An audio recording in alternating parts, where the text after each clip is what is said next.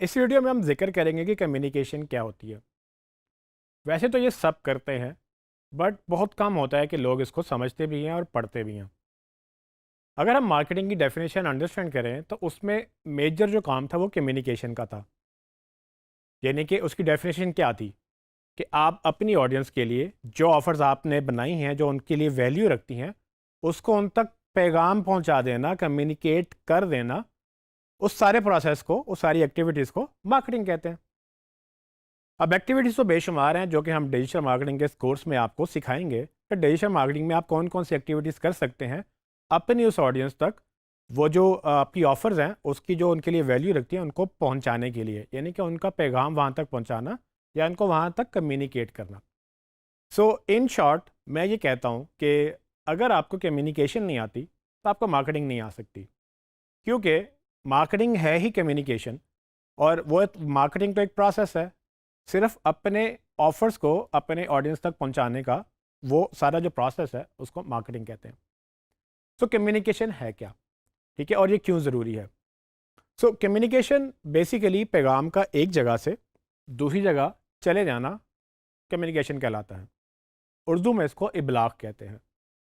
जब आप किसी से बात करते हो तो आप कम्युनिकेट करते हो, जब आप किसी से इशारा करते हो तो भी आप कम्युनिकेट करते हो। तो मैसेज की शक्ल बदल सकती है, लेकिन मैसेज का एक जगह से जो कि सोर्स कहलाता है दूसरी जगह तक जो कि टारगेट कहलाता है वहाँ तक पहुँच जाना एक मीडियम के थ्रू, उसको हम कम्युनिकेशन का एक प्रोसेस कहते हैं। अब इसको अंडरस्टैंड करने के लिए कम्युनिकेशन के बेशुमार मॉडल्स मौजूद हैं, लेकिन एक बड़ा आसान, सिंपल और इजी जो मॉडल है वो है SMCR। SMCR मॉडल क्या कहता है, उसमें सेंडर होता है, मैसेज होता है, चैनल होता है और रिसीवर होता है।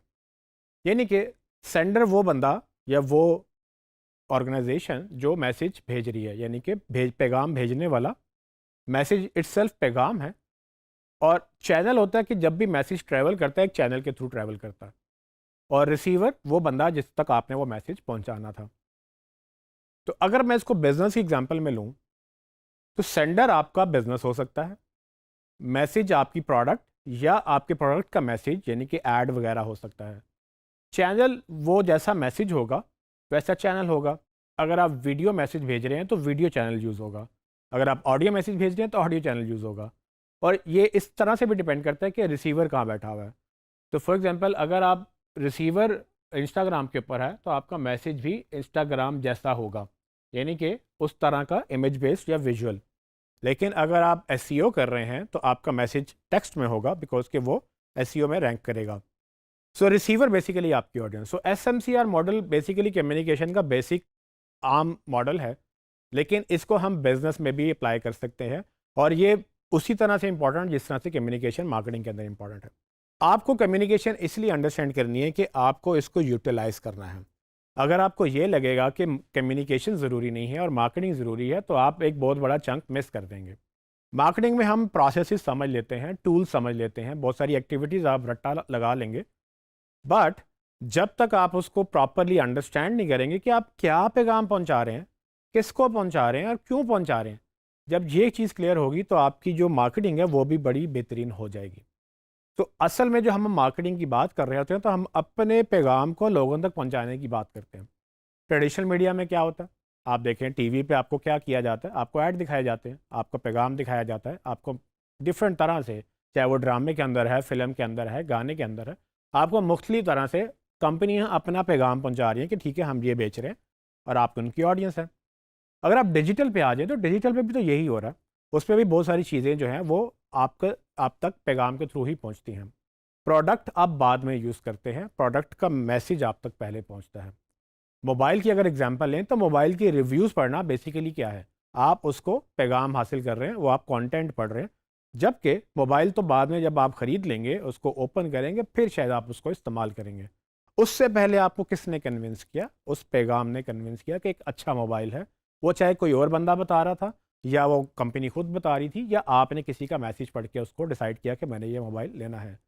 तो इन शॉर्ट कम्युनिकेशन जो है वो इब्लाग है। बेसिकली आपने अपनी ऑडियंस तक अपना पैगाम पहुंचाना है।